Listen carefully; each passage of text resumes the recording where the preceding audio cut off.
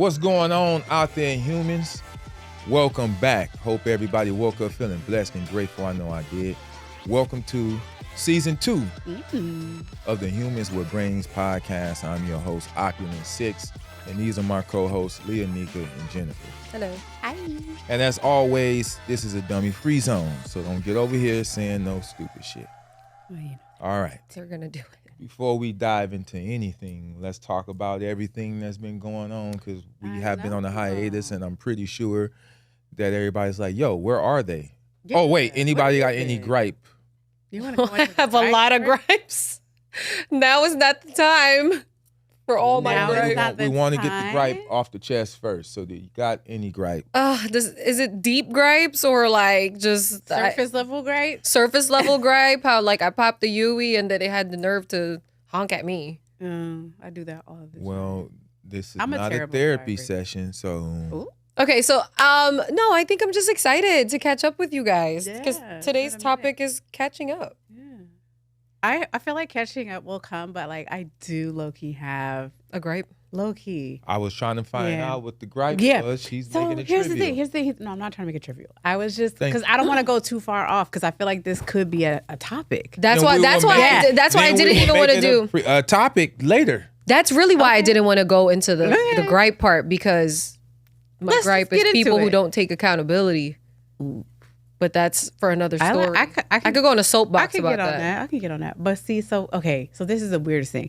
And I've noticed this since I've been in a relationship because I'm not like this. But I find it extremely strange that women and men are in parent-child relationships. In a sense of, let me get it out. What happened? Because he was like, this motherfucker. Well, I think it's just like weird that like couples are feeling entitled to like, let's say like questioning. Like when my boyfriend leaves the house, I never ask him where he's going. Like he comes and goes as he pleases because he's an adult. So I find it like weird that relationships are a lot like, oh, where are you going? What are you doing? Who are you with? What time is it? When are you coming back? Probably got cheated on. But that's what I'm saying. It's just a weird dynamic that not really. It depends on how it's done because out of respect, when you leave and come in back in and out of the door of the house that you share with someone, letting them know where your whereabouts is letting them know how to be watchful and prayerful over your journey and what you got going on. Let's say they didn't know you were at the supermarket, but they hear shooting. They don't know to check on you. They don't know to do that. Anybody, my wife tells me where she going everywhere she go, for the most part. Like if she say, I'm going to the gym. If she leave the gym and go to the grocery market, she's not like, hey, now I'm going to the grocery market type thing. Okay. Just the initial, what she had planned. And I do the same for her. And that's just a level of respect because I know she cares about me, especially as a black man going into the world. You never know if you're going to walk back through that door. So I generally tell her, all right, I'm going to go right here. But as men, we deviate. Supposed to go one place, end up 7 places. Am I texting her every move I make? No. Is she texting me every move she make? No. But would she just walk out the house like, hey, I'll be back. All right, bye now. Right. Don't worry about where I'm going. I do agree. She wouldn't even dream of doing that. Thing. She respects me too. I wouldn't even be with a woman that don't even have the propensity to lay out, hey, this is where I'm going, this is what I'm doing, because I am dubbed with the job to be your protector. I was going to say, well, yeah, from a man's perspective, provision. Yeah, you're protected. I got to know who you going, where you going, and who going to be there. Wait, and I was going to say, even if you're like, oh, I don't question him, I'm pretty sure before he leaves your house, he's like, hey, I'm going to go to the store real quick. I'll be right back. No. Well, God bless you guys. I don't know. I'm nosy. I need to know. That's it gets to a point. It's how it's done. Yeah, it gets to a point though. I feel like the way you would do it, I don't know. No, it's not that. I just feel no, it's not the way she was like, I feel like the way it's how it's done. Okay, all right. I'm gonna give you one prime example. All right, because for some reason somebody I dated after was like, oh, you were aggressive. This like, shut up. You're a liar. I'm not aggressive. I mean, yes, she is. Why would you tell her she's not aggressive? I was being facetious. Oh. Anyway. My thing is, okay, for example, we know who I dated for 4 years, right? Even that man who I should not be asking where he's going, he still tells me when he's about to leave. Like, well, I'm about to run here real quick. Okay, I mean, volunteering the information is different. I'm talking about. But I think it's the right thing to do. If you have basic common human decency. 100% agree. You know what I mean? On that. If you have the decency and respect for your partner, you should let them know, hey, this is what I'm about to do, this is where I'm going, just out of decency. But do you have to submit your travel plans for the day and get approval from your spouse? No. That's not what I'm saying. Grown. Let me back up a little bit. I'm not saying that. I'm saying I hear a lot of people in relationships, and it's more of like parent-child or like boss. Like, you got to let them know. I've seen it. Give me an example of what you're talking about, then, because I don't. Like, where were you at? We're like, okay, well, but that's why I said that maybe there's a history of like something more is going on. We have to get into the minutia. Where were you at? Isn't a bad or malignant question. No, it's not. How you say it and when you say it can give it a negative connotation. And also, but what's wrong with saying, where were you? Absolutely nothing. Wait, hold on. No, I'm asking her. It's not. I think it's when it becomes contentious, when people are like making it an argument, or that there's not trust, or that there's something going on in the relationship. Okay, hold on. I'm going to get deeper in this. No, because she's saying contentious, this, that, and the contentious. Third. Right, but you don't know what's happening in their relationship. If you just witness the questioning part, something else is deeper than that. Because I'm the kind of person that when men are sitting here painting out women to be crazy, I don't go and say, that girl is crazy. No. What did that person do to make that person crazy? The same way she would not be questioning you, or he will not be questioning you if there was nothing done to make that person question you. You know what I'm saying? Like, but I feel like at that point that it's a whole different story. But so I think there's a deeper issue. There's not just like, I'm gonna act like, you know what, I control your life. So where were you? What were you doing? Okay, and why didn't you check in? No, there's deeper reasons. It's nuanced, because asking somebody where they were shouldn't even trigger you. That they ask you, why is that triggering you? I feel like if it's triggering you were doing some shit wrong. Like, I'm grown. Why are you asking me?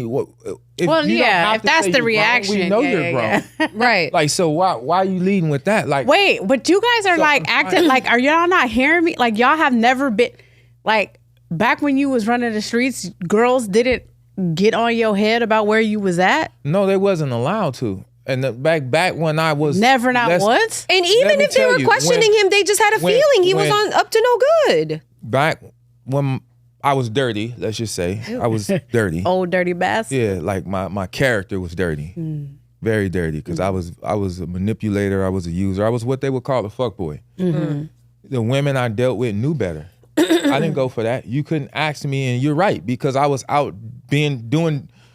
I guess that's my with my point. Friends anyway. I guess so. They wasn't even allowed to question. And even if they were questioning you, it's because they had a feeling. If they questioned me, I'd be like, "You not my mom." They didn't. I didn't see what I'm really saying. I guess that's my point. But the reason why I had that guard up is because I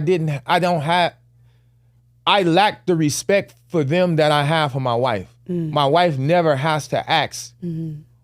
Where are you going? And even if she did, I'm sure you're not going to be like, yeah, you can't ask me that. You know what I mean? No, I'm saying this because I feel like it's weird to be in a relationship with someone where that's just not normal and even keeled, and just like, here. But you're coming from a place where you're healed. I'm saying it because, I would like to think so, but like, I'm just saying it because I hear a lot of people in relationships, and it seems very like combative and non-trusting. And I guess what I'm saying is, my gripe is, why are these people in relationships? Because I'll walk backwards and say, if I have to ask you in a way that is contentious, or I'm trying to get you to, like, because I know where you were or where you were not, then that means there's already something going on. So I feel like once you get into a type of relationship that feels like you're at a job, or it feels like you're reporting to someone, then you shouldn't probably be in that type of relationship. But that's up to them. No, go ahead.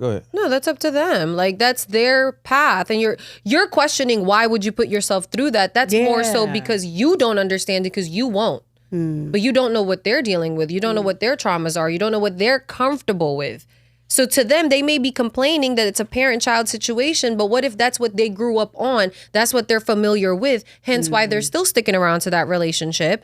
And that's why they're complaining. They feel like that's not what they want, but they're still staying there because that's their own traumas that they haven't dealt with. Well, and I've had somebody do that to me. But I feel like, I feel like asking somebody where they were or where they're going is not inherently evil or malignant. I believe timing and tonality plays a big part into it. Like if you asking innocuously, hey, where you were or where you going or what you do, asking someone that in an innocuous manner is different than accosting them. Where you coming from? That's what you was doing? Yeah. And no one wants to be accosted no matter what the question is. Right. Yeah. Right? Because then it feels crazy. No one wants to be indicted. No one wants to be accosted. That's what I'm saying. But the energy in a lot of relationships that I see is more that tone. Because like Leah said, they have deeper issues. If you worried about your partner, where they going, or they didn't tell you where they were going or where they were coming from, that is a byproduct of a very deeper issue you guys got going on. That is a symptom. The problem ain't they ain't telling you where they were or where they going. That's a symptom of a bigger problem, which is usually trust issues, which is usually an erosion of communication, right? Yeah. So I'm big on communication. Communication can save a nation. Like everybody claim they're adult until it's time to tell the truth, apologize, or communicate properly. Okay. And this is what I don't like. That's my pet peeve. Yeah. Ooh, you know what? I do have a gripe now. I can say my gripe. Okay, before you do that, I just have a quick question because I could be wrong, but I feel like I don't ask a lot of questions because I feel like everyone always tells me what they want me to know. And if they don't want me to know, then I'm not going to necessarily ask, especially in relationships. Like anything that my man is doing or has going on or wants to happen, he's very verbal about that. And it's like anything that he doesn't tell me, I don't know. I don't know what he's not telling me. I'm like the polar opposite because I'm queen. No, because I'm queen. Like, am I crazy? I just don't ask a lot. I don't think you ask. No, I don't think she asks the right questions, and I don't think because I'm queen questions, and you know, I be finding out things I don't even need to know. I just have a way with getting information. It's like my art. I think for those who are listening and watching, the best course of action is the middle ground between the two. These two. Okay, that's fair. Where she's too extreme on that end of the spectrum, and she has a very stark approach. I ask you a question. I'm sure if your wife asked you a question, you would answer it. But absolutely. I'm also sure that she has a lot of respect and faith in you where she doesn't always ask. Absolutely to that too. Okay, that's all I'm saying. The faith and respect came from my track record, me making her feel comfortable. And I would be remiss if I didn't admit that there was a time in our relationship where I would stay out or go one place and another place and not be like, hey, I'm going from here now. I'll be like, I should be home around 1, but I don't show up to 3. And I didn't take account to how she felt because I'm a black man in America. And if I'm not home when I say I'm gonna be there 3-4 hours later, she automatically gets queasy in her stomach because anything could have happened to me, especially back then in the life I was leading. I had a bunch of adversaries. I had the police I had to work out for, other D-boys, others. So she know I'm out shaking and baking. And my wife generally would stay up when I'm out really late. Other than that, when I'm in these streets, it never worry her because she know I'm a warrior.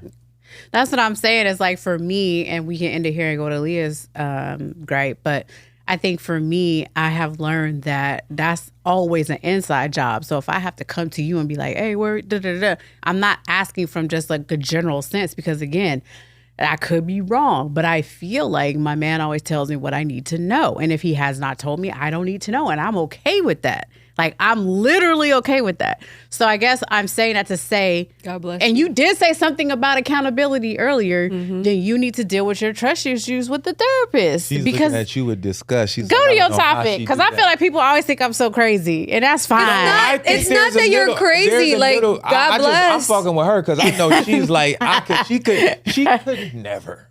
But there's a middle ground. M doesn't question me every time I leave. She rarely even asks questions because I'm forthcoming. And if there's something extra. And that's where it begins. But how do you know they're not being forthcoming? You just know as a woman, hello, our superpower is our intuition. You know when someo's lying. An abort mission. But jump go, get out of there. You will jump. You can't say that for everybody. No, but I'm saying everybody's different. You get what I mean? Like, I was one of them. I was one of the ones that stayed in something uncomfortable for a very long time because I was delusional enough to think that this is a redemption story. He's going to get his shit together. You know, like that level of hope. And we tackled this topic a long time ago, potential, yada, yada, yada, whatever. But like you said, it's an inside job. Yeah. And it took for me to finally be done to say, okay, I need to work on myself, so I will never put myself in this position ever again. That's why I say you're coming from a place where you worked on yourself. Yeah. And that's why. But still, I need information. I thrive on information. So if you're not going to be forthcoming, yes, I will ask questions. So you need someone that tells you everything. I dated someone like that. It's called communication. But what define tell you everything? Define? Yeah, because you say you need someone to tell you everything. Me? Yeah. You need someone to tell you everything. No, not everything. I don't tell my wife everything. Only what's salient. What's important. Only what's salient. I'm not saying everything. I'm saying just like, okay, I've been in relationships where it was ghetto and I felt like I was begging for the bare minimum. Okay, like that's what I'm saying. I should not have to beg for bare minimum. Not at all. And the fact that you check off the bare minimum list without even having to make her think she has to beg. You get what I'm saying? Because that's the type of man, like she said, leaning, the pendulum is swinging back and forth. Yeah. Like she said, that's an inside job. That's because that's the type of man I am. Yeah. You can only meet a man on the same level that he has already met himself first. Right. So if he don't see himself as an urbane, impregnable, omnipotent, righteous man, he's not going to act like that. You can... morning text him king every morning, but he's not going to act like a king and he's not going to treat you like a queen because he hasn't found himself on that level yet. 100%. But I don't require you to give me a full itinerary of your day. It's just, you just know. You get me? Like, you just know. We are just talking. We're conversing. It's like if you're leaving. Yeah, that's normal. Yes. Yeah, but that's anybody so if a man a man or a woman, if you have somebody and you ask them where they going or where they coming from or what they did, if they become combative, if they meander, if they begin to obfuscate, then you have all the answers that you need. Yeah. You just need to go ahead and moonwalk. Abort the conversation and disembark from the relationship. Because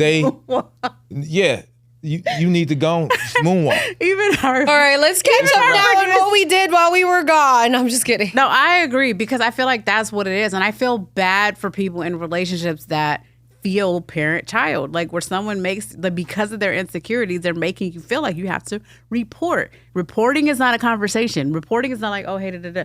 Like I said, I always feel like I get the information that I need. But if I look up and I'm like, oh, he left, but like, oh, 20 minutes later, he came back with a gang of groceries. It's like, I can deduce, but like, I'm not going to be all in my head like, you know what I'm saying? And I feel like that's unfortunate for some people that I have noticed are in relationships where they don't trust their mate. They don't trust their relationship. And I have a gripe with that because I feel like there's a lot of work that needs to be done there. But depending on how your relationship is thriving, it hinges upon how well you guys communicate. Because I can't imagine a relationship where two people are in it and y'all are making money and living well and y'all have poor communication. How? So if you guys are working together to build wealth and build your lineage, then y'all communication is already stellar. So if y'all don't have stellar communication, how are y'all building something together? And I'm not for just two people being together for a long time. Just, in my opinion, just coming together, living an ordinary, mundane, regular, banal lifestyle is not my ideal of a relationship because I could have been regular by myself. I could have lived a banal lifestyle by myself. If I'm going to tether myself to someone, it's like being on teams. It's like when LeBron James come to your team, you expect to win a championship. You expect to be a winner. Like, why are you going to team up with somebody and still live an ordinary, non-fulfilling life? Yeah. To me, that's insane. So if you guys are working at something, building something extraordinary, y'all got to have some stellar communication. Y'all don't have time to argue about, you ain't tell me why you come back an hour late. And what those conversations, that's malarkey. That's an impediment. Communication can heal a nation. You guys need to get y'all communication. And if every time they leave the door, you need a manifest, you need travel plans, again, but that's a symptom to a bigger problem. But tell me that y'all don't like the beautifulness of even you. I think you've even said it before. just the trust that your wife actually has for you, for all the things that you do, for the industries that you're in, for some of the entanglements that's going on. Like, it still takes a certain level of like, I'm good. Like, he's like, whatever. Like, I'm gonna, right, but it's gonna be what it's gonna be. My actions have induced that type of confidence and peacefulness and stillness in her. So the man does have a responsibility. Yeah, I'm 100% certain that the majority of that resolve, like you said, is her own inner working. Okay. I come behind it and fortify it and reinforce it and affirm it through my actions and my resume. Okay. But yes, it's an inside job. A lot of that stillness is just her. A lot of that resolve and astuteness is her. But again, my track record doesn't call for her to have to indict me.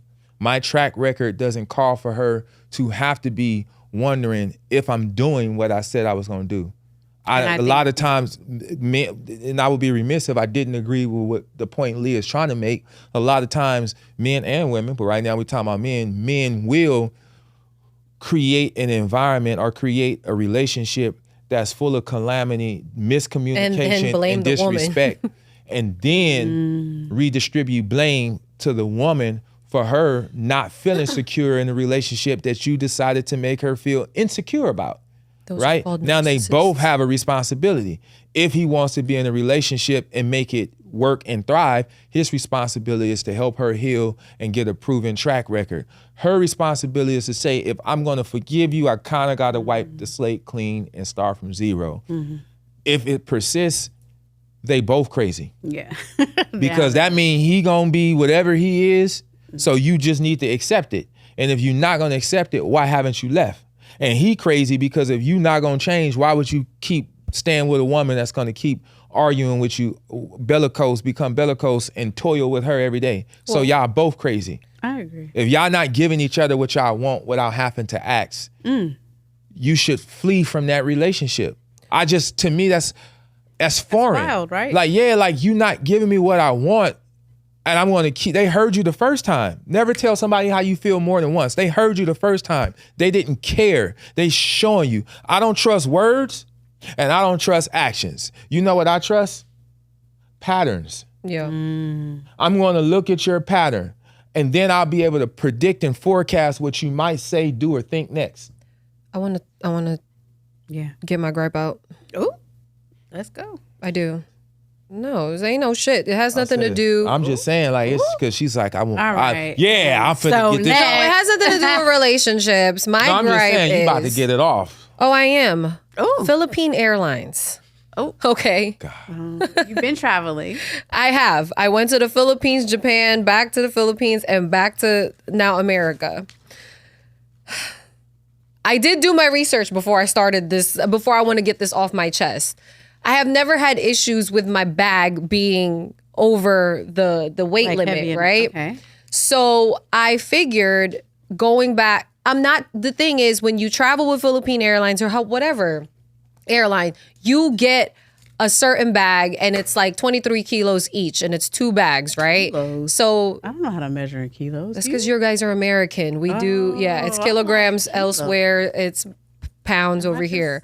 So listen, long story short, I only traveled with 1 suitcase going to Japan. And then I'm flying back with my family. We're 7 deep. Like, it's a lot going on. We're holding up the line. They're getting on me because I was 3 kilos over. I'm not checking in 2 bags, right? So it should be okay. But I guess it's a 1 bag thing, whatever. So I had to pay for that. Okay, I had to pay 12,000 yen for that.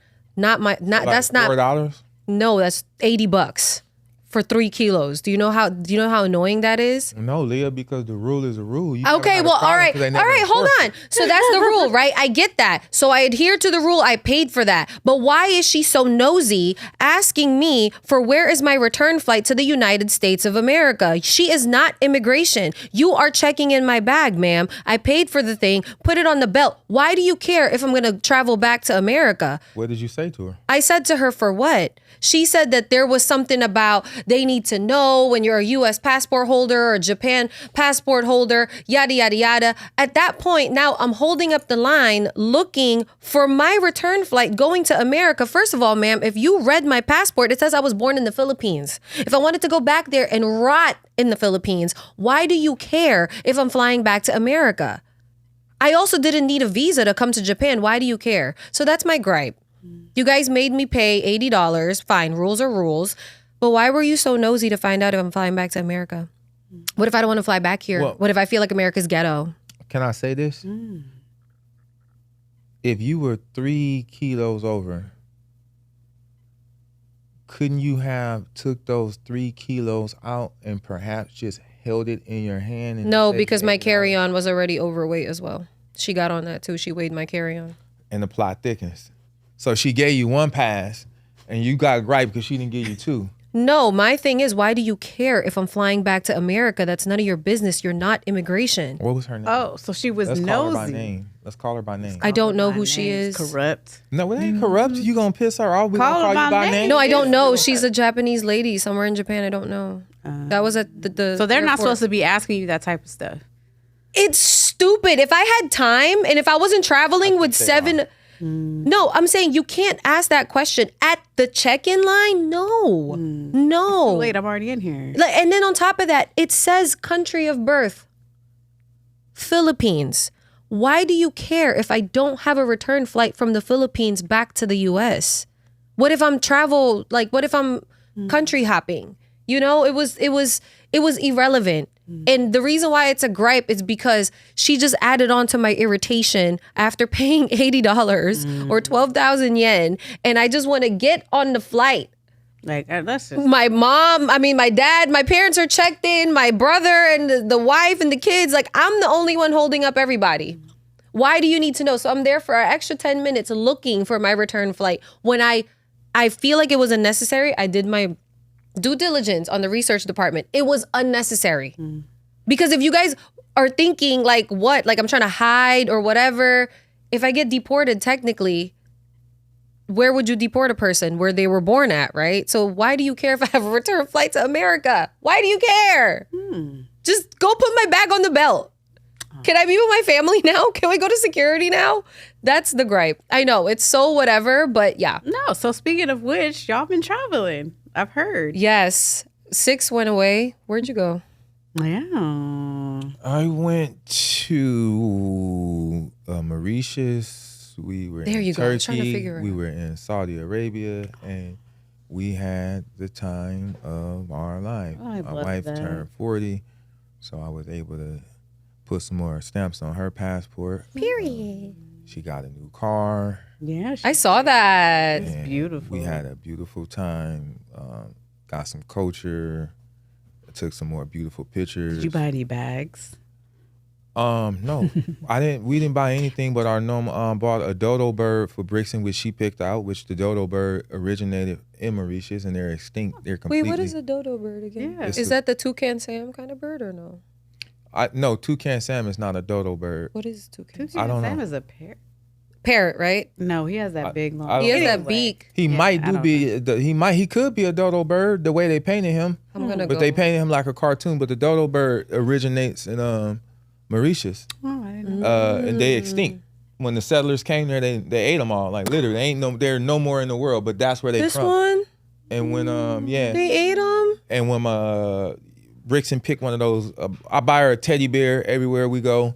I typically buy a shot glass in every country. Typically might get him a sweater or a hat from every country. But like as far as like handbags and all that, we got enough in it. I was on a Labubu hunt for you guys. That's okay, boo boo. No, I was gonna get a Labubu and I wanted us to unbox it here. That's a no. What's a Labubu? You guys don't know about Labubus? I barely start hearing about it, but it sounds like something that's very infantile. No, it's not. Okay, so it's like, Pop Mart came out with Labubus, right? Mart? Yeah. What's Pop Mart? It's like they have a bunch of characters and anyway, okay, clearly, whatever. Leave me alone. So Labubus are becoming like this trendy little like plush toy. People are putting them in their designer bags. A lot of people are talking shit. They're like, why would you hang this up while in your, with your Birkin bag or whatever. It's childish. I'll show you guys what a Labubu is. So the fun in it is that it's a mystery box. So I was planning on getting 3 so the 3 of us can unbox it here. So because it was trending. And you don't know what you're going to get until you open it. So you can... You know what you're going to get, a damn toy. No, like you don't know if you're going to get a purple one, a pink one. Oh, and what happened? Or the secret one. The secret one is worth a lot of money. So you didn't get us any? No, because it was sold out everywhere. That's how much this toy is. It was the thought that counts. Yeah. And you're very thoughtful. Yeah, that is thoughtful. For sure. That's what I wanted to get. That would have been nice but to do on camera. That's okay for the toys. You could have given it. We could have given it to Brixton. And we let Brixton unbox it. And let her she loves it. Like, she'd be like, unboxing. Well, okay, I was going to get us. I'm not your And mother. then she could get one she could unbox herself. But obviously, if you guys don't want to hang it up on your bags and stuff. I'm not playing with no damn toys. It's an experience. I have experience playing with toys about 8 years of my life. Oh, God. It's an experience. My childhood stopped about 9 years old. I have Labubu figurines in my house. I will bring it here. Playing with toys. I will bring it here. I bought the figurines. I will bring it here and unbox it here. So where did you travel to? What are we talking about? We talking about toys. Yeah. Labubu. And they called it Labubu. Yeah. Which is cute. I love how they just fuck with people and they show how stupid they like. You know what? Let me show you how stupid people is. You know how much money this guy made? These are the Labubus. These little things. They look like a refined version of a Teletubby mixed with a bunny rabbit mixed with a damn astronaut. It kind of reminds me of what's those ugly little things that had the big eyes and the Furby. Yes. So yeah, if you get the secret one, do you know that some of them sell them for like $20,000? Why? You remember that little rave of the other little things that was like Beanie during the Babies? pandemic, the bricks, they was like look like bricks, like Mickey Mouse bricks. Oh, I know what you're talking about. Yeah, like the little bears. Yeah, remember the trend? Bear and bricks? people was like, these are gonna be worth. It's just another trend, but the thought was dope. I would have watched y'all. Beanie Babies went crazy. But y'all not. I collected them too. I had a bunch because I worked at McDonald's. Oh. I had a bunch, and my mom's dog tore into them. They probably worth so much money right now. But yeah, I stood in line in Pop Mart in Japan. Oh, so I went to Japan. So you didn't get none. I got figurines. I'm about to bring it just because you figurines. Yeah, there's Labubu figurines. They're worth nothing. No, I'm gonna sell them. How much? I'm selling Labubus, guys. If you want it. Hey, I'm not mad. If you were in Japan, DM me. Might as well. Yeah, I stood in line to find out there's no Labubus. Damn. But yeah, but it was fun. How was Japan? It was really good. I found out that you can't, if you eat at a ramen place and you can't finish your ramen, they won't let you take your food to go. Some other places too, like even if it's not ramen that you ate, you can't take your food to go. But I had fun. It's my food. How you gonna tell me I can't take it to go? They said no. I'll walk out with the whole bowl then. No, you can't do that. You're in a foreign country. Yeah. How you gonna tell me I paid for food and I can't take it? That's the rule. Do you bring your own Tupperware then? I mean, if you did at that point, then they can't stop you. But when you travel abroad, so you cool with that? You of all people? Nah, I told her I ain't cool with it, but ain't nothing you can. I don't play when I travel abroad. Yeah, like the what? rules abroad and the laws and the way they treat people. That I need a discount for the part. You not getting a discount.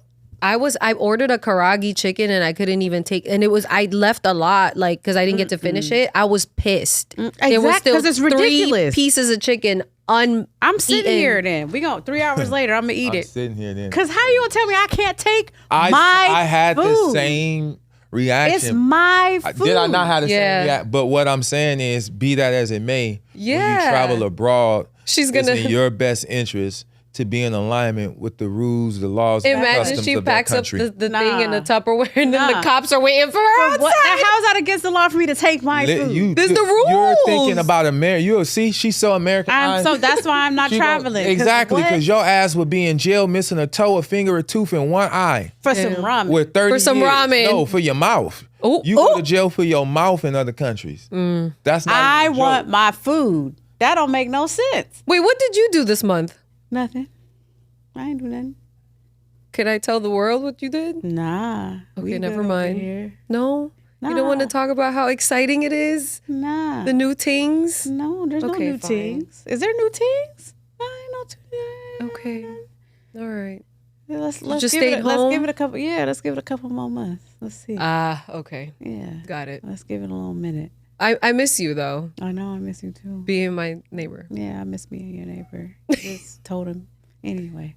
All right. Well, people on the internet is smart. They figure out everything. Not that they care about what I'm doing. Wait, what do you mean? They do care about what you do. Wait, what do you mean? Okay, wait, hold on. I need to get my series back on. That you're dating. Wait, what did the internet? No, I'm just saying. Like, if you say something, I'm like, oh, I know what that is. Well, we're still speaking in code. Internet detectives. Internet. Well, can I have some?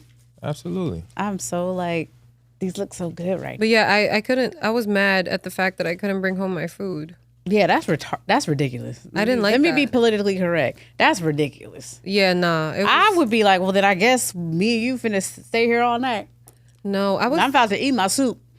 But you know what? The 7-Eleven and the Family Mart. I heard a lot about oh my God, in Japan. There's food 24/7 I can thrive off of like their sandwiches, their sushi. Now, if you go to 7-Eleven here and get a sushi here, you might get might not survive. You might have food poisoning later, but over there, it was, it's legit.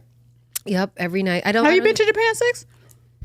I passed through Japan. Oh, okay. But I haven't actually. You know what I really was hoping you would have got for me? This is going to sound crazy. Why didn't you? But I love stationery.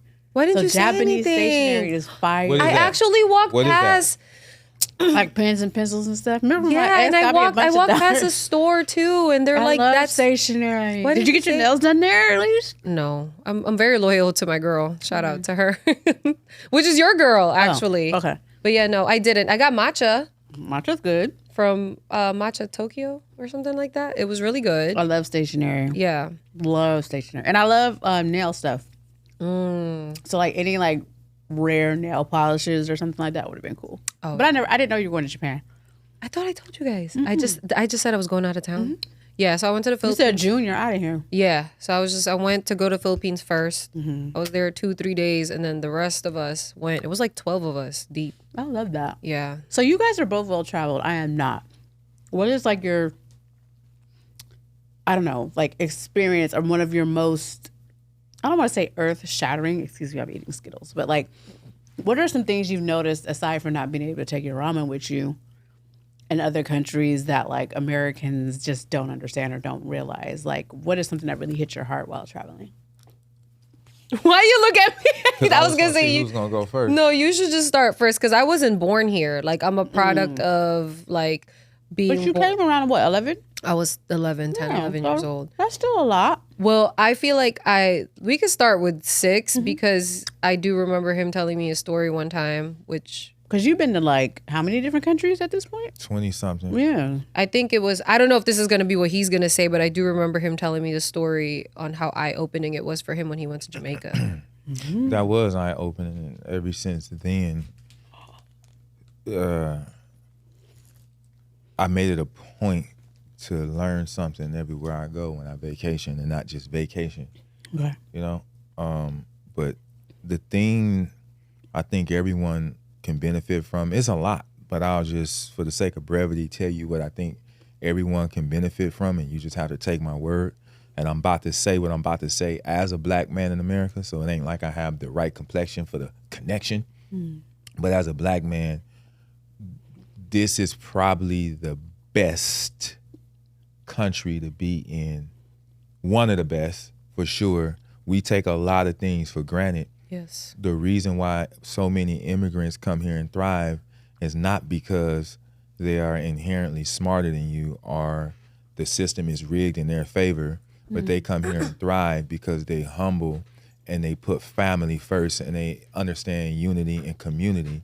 We turn our nose up at certain job sectors. We think we too good to start from the bottom. And we too combative to even coalesce, come together and work with our immediately friends and family in a group setting, in a work setting, in an entrepreneurial spirit.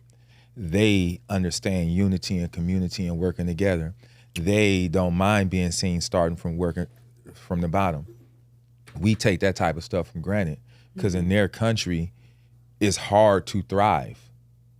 They can be the best whatever, but the resources just ain't there. The country just don't have it. So imagine being the best singer in your whole country and still can't get a record deal because it don't matter. We don't have the money.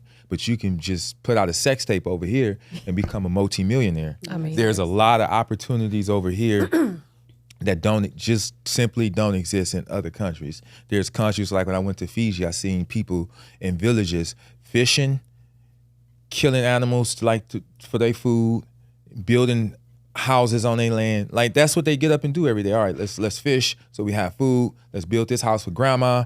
Then we got to the cow, let's hang him out or kill him out, however you call euthanize. Yeah. So they're spending their whole day working. Yeah.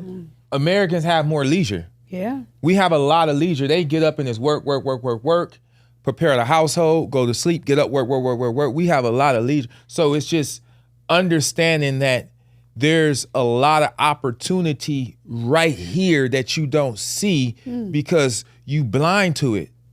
You take it for granted. And I watched immigrants in their own habitat because there's a ghetto everywhere. Mm-hmm. There's a ghetto in the North Pole. One of these reindeers ain't eating right. They only talk about Rudolph, but one of these reindeers ain't eating right. He's the one that has a red nose. Right. But there's a ghetto everywhere. Mm. But there's not resources everywhere. Yeah. There's not an abundance of opportunities everywhere. Mm. You know what I'm saying? There's not an appreciation for whatever your talent is everywhere. But in America, I notice we have that, and that's why everybody wants to come here because it's easier to thrive. When I travel, I do the vacation stuff, then I do the cultural stuff, and then I do the local stuff, right? So I try to split mine in 3. Because, all right, let me do something cultural. I like to see how other humans are living. What do y'all be eating? What do y'all be doing? What y'all day consist of? How much, what's y'all, like they said in Mauritius, it's east of Madagascar, right, in the Indian Ocean. Almost like the Maldives of Africa. But they said $400 is at US, what would be $400 for us, that's what they living off per month. It's amazing. That's what they living off per month. Like that's how, and then over there, families live together. So like your dad will live with you, and even when you had kids, they'd probably add on to the house and y'all all kind of stay there type thing. It's big on community in a lot of places I travel, but over here is more about like I got to get it for myself, or right now I'm in grind mode, I ain't really gonna help you, or if I do help you, it's some type of malignant under fine print attached to it, and that's only in America. And seriously, the more I travel, I realize like, oh, we are, because we got a reputation for being rude, stuck up, and think we better than everybody. And I never understood that until I traveled and seen just how nice and accommodating other countries, like overly accommodating and good spirited. I'm so biased. That's how I feel about my Filipino people. What you mean? We're so, the hospitality when it comes to us, like, you guys are going to come with me one day. It's top tier. Like, it's beautiful. Like, just the kindness, the thoughtfulness, and they don't want anything in return. Like, I'll put it this way. They didn't have to do this. And, you guys are Americans. Y'all got siblings, right? My brother and my sister-in-law made it a point to wake up, to come pick me up at 5 a.m. from where they were, which they lived 20 minutes away from me, to come pick me up so they can take me to the airport. And they made it a point to come get me first so then we can bombard our parents to wake up because I knew they weren't. And then they woke up early. My parents woke up early just for the 4 of them to take me to the airport. Just so my one last moment there, just to say goodbye to me. Like, that's just one. They big on family. Yeah, that's just one out of, I didn't ask my other sister-in-law, Janet, to put a dinner together for me, and she invited all her friends, and all I did was bring my body and like a few pieces of clothing I gave her. Like, I didn't ask for that, but she's like, no, come. Like, that's the part that I forget. That is like such a, it's like a big deal, and that's like the thing. Those are the things that make like my heart warm. But another thing too that was kind of eye-opening for me in Japan. Japanese people are so polite. They will, if you are lost, they will guide you to where you're going. Like, hey, how can I get to, really? I don't know, to Ginza? What train do I need to get on? Whatever, right? Mm-hmm. But my sister-in-law and my nieces and I were at this like tempura place. And the way we were sitting, right? there was something that was blocking me here, but the table it's kind of like you sit next to each other. So the table goes like that. Something's blocking me here. The waitress station's over there. There was a lady that saw everything. She's Japanese, saw everything that happened. All I heard was somebody fell, a bunch of things fell on the ground. That was it. That was the extent of what I heard.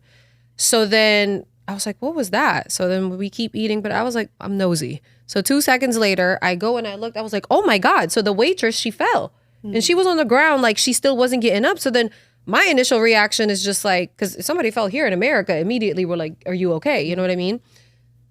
The one lady that saw everything, she just kept eating. That was kind of like a shocker to me. I'm like, okay. Then I asked the woman, she was still on the ground, like she did not want to get up. So I was like, are you okay? Are you okay? She wasn't saying anything to me. So now both of my nieces get up. One of them, she was about to go up to her. And then my sister-in-law was like, wait, no. Like, don't touch her. Because you just don't know, right? So she's over there pouring a glass of water, making sure she's straight. She still wouldn't get up. And we kept asking her, is she okay? We asked, I went to the back. I asked the cook and the manager. I was like, hey, one of your employees is on the floor. Like, I was just shocked. Like, the level of compassion, it was kind of weird. It was like no one was panicking. No one's like, maybe because hey. she fall all the time. They're like, Barbara's doing it again. No, I don't think so. I thought she was having a stroke or something. I don't know. No one. Because she wouldn't want to get up. Maybe she do that shit all the time. No, she was there for let her just come out and get up. No, she was there for a long time. And then I also found out. People keep eating this. Well, so then my brother told me that there was an incident where he knew somebody that was very close to him that passed out when they were eating, and the same thing. Nobody came to try to help. And yeah, our aunt got sick and she almost pretty much their healthcare system, apparently, I don't know, it's a bad Yelp review in the compassion department, just saying, in Japan. For me. That was different. Because the fact that I witnessed, but you ask if you're lost, they will tell you, they will even walk with you, right? It's a whole nother level of mind your business out there. Yes. Just mind your business. There you go. That's all. Yes. Just mind your business. And with that, anyway. We caught up though. That was a good episode of catching up. We did. We caught up. We griped. We did. You guys griped. Ooh. I ain't never say no gripe. You didn't really actually. Yeah, what is your gripe? Do you have one? I don't. Well, you might have to say it next episode. We'll say actually, you know what? It'll be better for next episode too. What my gripe is, it's right in alignment with next episode. Okay. We just wanted to catch y'all up, tell y'all what the hiatus was about because it's summertime. Summer band. And I like to travel with my family and experience the world. Paying for a plane ticket is way more impactful to your growth and development than paying for a Gucci belt or paying for a Louis Vuitton purse. Spending your money on traveling is the only thing that you can buy and instantly become richer. Like the experience is far more greater than standing on the back of a couch in a dark nightclub drinking liquor with strangers. Save your money and begin to travel the world. There's a difference between rich and enriched. You become enriched when you travel the world. It expands your intellectual bandwidth, man. I don't care if your friends don't want to go, if your family don't want to go, you get your stamps up. You get your passport, you get you some money, and start where you can start from. Because people be like, well, I don't got the money, I can't travel. You can always travel somewhere. And you get a deeper appreciation for your life, too. Absolutely. Every time I come home. You can't take your food, though. Every time I come back off of vacation, I love being here. I'm ready. I'm always re-energized. Like, all right, let's go. Because there's an abundance of opportunity over here. When y'all vacay, stop just standing at 8 mile radius where all the tourists is. Go beyond the rainbow. And you will realize, just be careful, though. That's what I was gonna say. Like, you might get. Don't go too far beyond the rainbow. You don't want to get chopped up. Because even when I went to Jamaica, I'm like, we hit some left and some rights. Everywhere I go, I hit a few lefts. We did that in Fiji too. Yeah, we hit some lessons. Remember, they was trying to kidnap y'all. Come in this room. Yeah, we were like, wait. And they're like, we almost went. I'm like, where are you going, man? Don't go back there with them. They like, come right here. They had watches or something. Like, come here. I'm like, don't you go over there. They're trying to sell you watches, then they'll take your kidney. No, I'm just kidding. I'm trying to tell you. Something like that. Careful. But the moral is, go experience as much of the culture and as much of their land as you can. And I promise you, it will reshape the way you see life, and it will deepen your appreciation for all you have and all you don't have. And that's all I have to say about that. Well, you can wrap us up. Well, this has been another episode. Again, welcome to season 2. As always, this is a dummy-free zone. So don't get over here saying no stupid shit. Boy, I sure hope the dummies aren't listening.